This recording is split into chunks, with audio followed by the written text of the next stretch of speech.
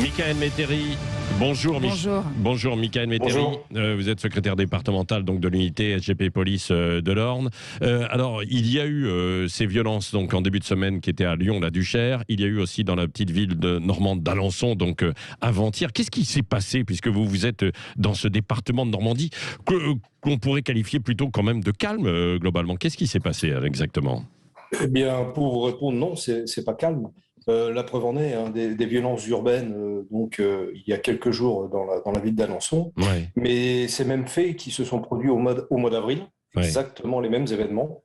Et un mois plus tard, au mois de mai, dans la petite ville de Flers, donc c'est un département qui compte trois circonscriptions de police, 3 commissariats. Ouais. Et au mois de mai, exactement la même chose dans la ville de Flers, qui compte environ 20 000 habitants. Ouais. Donc, chose récurrente et événement très souvent, malheureusement, dans notre petit département. Ouais, mais alors, quand vous dites la même chose, c'est quoi? C'est donc des attaques Écoutez, en fait de policiers, des forces de l'ordre, les pompiers, des tirs de.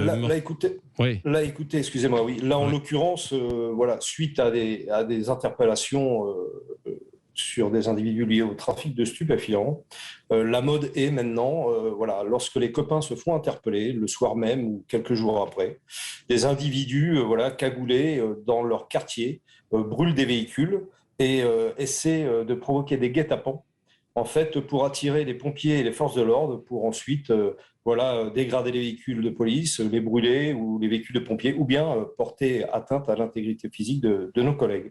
Grosso modo, c'est un message qui est envoyé par les trafiquants. Surtout, vous venez pas déranger notre petit business, sinon on réplique, quoi. C'est ce que vous ressentez sur le terrain, quoi. C'est exactement la réalité du terrain. Il n'y a pas que malheureusement à Marseille ou à Lyon que l'on peut voir ce type de reportage. Dans nos petits départements, ça existe aussi fréquemment. Ouais, non, mais la petite ville de Flers, Alençon encore, c'est la grande ville en fait du coin, mais grande ville, c'est 60 000 habitants la à peu près. capitale de l'Orne, on va dire. Oui, c'est 60 000 habitants, mais la ville de Flers, c'est beaucoup plus petit. Et donc même chose, il y a ces quartiers en fait un peu difficiles où il y a du deal, quoi. C'est ça en fait. Oui, voilà, il n'y a aucune petite ville dans notre département qui est épargnée malheureusement par ce type de trafic, économie souterraine.